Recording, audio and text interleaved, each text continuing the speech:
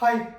നല്ല ഒരുപാട് സിനിമകൾ തിയേറ്ററിലായാലും ടി വിയിലായാലും പലപ്പോഴും ഞാനൊക്കെ ഒരുപാട് സെലക്ട് ചെയ്തിട്ട് കാണുന്ന ഒരാളാണ്.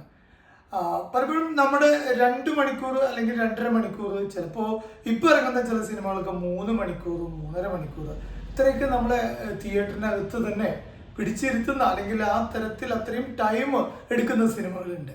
പക്ഷേ ഈ സമയത്താണ് ഞാൻ ഈ ഇടയ്ക്ക് കുറച്ച് നല്ല സിനിമകൾ നെറ്റ്ഫ്ലിക്സിലും അതുപോലെ തന്നെ ജിയോ ഹോട്ട്സ്റ്റാറിലും യൂട്യൂബിലും ഒക്കെ കണ്ട ചില കുഞ്ഞു സിനിമകളുണ്ട്. ഷോർട്ട് ഫിലിമുകൾ എന്ന് നമ്മൾ വിളിക്കുന്ന കുഞ്ഞു സിനിമകൾ.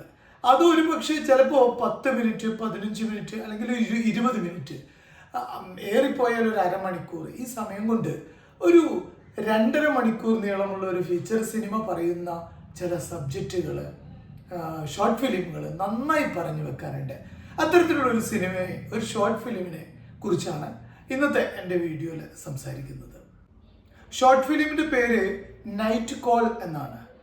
ഏറ്റവും അടുത്ത് ഇറങ്ങിയ ഒരു ഷോർട്ട് ഫിലിം ഒന്നുമല്ല, കുറച്ച് മുമ്പ് ഇറങ്ങിയതാണ്. നമ്മുടെ പ്രേമലുവിലെ ആൻറ്റി ഹീറോ കഥാപാത്രം ചെയ്തിട്ടുള്ള ആദി, അതായത് ആദിയുടെ ശരിക്കും പേര് ശ്യാം മോഹൻ എന്നാണ്. ആദി, അവൻ പ്രധാന കഥാപാത്രം അവതരിപ്പിച്ചിട്ടുള്ള ഒരു ഷോർട്ട് മൂവിയാണ് നൈറ്റ് കോൾ. അതിൽ പ്രധാന കഥാപാത്രവും ഒരൊറ്റ കഥാപാത്രവും, അതായത് ഫിസിക്കലായിട്ട് ക്യാമറയ്ക്ക് മുന്നിൽ വരുന്ന ഒറ്റ കഥാപാത്രവും ഹരി എന്ന് പറയുന്ന നമ്മുടെ ഈ ശ്യാമോഹൻ്റെ കഥാപാത്രം മാത്രമേ ഉള്ളൂ. 23 മിനിറ്റാണ് ഈ സിനിമേൻ്റെ ഒരു ദൈർഘ്യം എന്ന് പറയുന്നത്. പക്ഷേ ഒരു 2 മണിക്കൂർ, 2.5 മണിക്കൂർ സിനിമ കണ്ടതിൻ്റെ ഒരു പ്രതീതി ഈ ഒരു ഷോർട്ട് മൂവി നൽകുന്നുണ്ട് എന്ന് അത് കണ്ടു കഴിഞ്ഞപ്പോൾ എനിക്കത് ഫീൽ ചെയ്തു. ഇത് ഏറ്റവും അടുത്തിറങ്ങിയ ഒരു ഷോർട്ട് മൂവി ഒന്നുമല്ല. ഹരി എന്ന് പറയുന്ന ഒരൊറ്റ കഥാപാത്രത്തിലൂടെ, അദ്ദേഹത്തിന് ഒരു കോൾ സെൻറ്ററിലെ ജീവനക്കാരനാണ്. അദ്ദേഹത്തിന് ഒരു 4 ഫാമിലിയിലേക്ക് ചെറിയൊരു വിവരം വിളിച്ചു പറയേണ്ട ഒരു ചുമതല കിട്ടുന്നു. ആ നൈറ്റിൽ അദ്ദേഹത്തിന് ഈ 4 ഫാമിലിയെ വിളിക്കണം. അങ്ങനെ ഹരി എന്ന കഥാപാത്രത്തിലൂടെ ഈ 4 ഫാമിലിയിലേക്ക് ഒരു കോൾ ആയിട്ട് ചെല്ലുന്ന കഥാപാത്രം കൂടിയാണ് ഹരി. അവരുടെ ജീവിതം കൂടി ഹരിയിലൂടെ നമുക്ക് കാണിച്ചു തരുന്നു, അതായത് വോയിസിലൂടെ കാണിച്ചു തരുന്നു.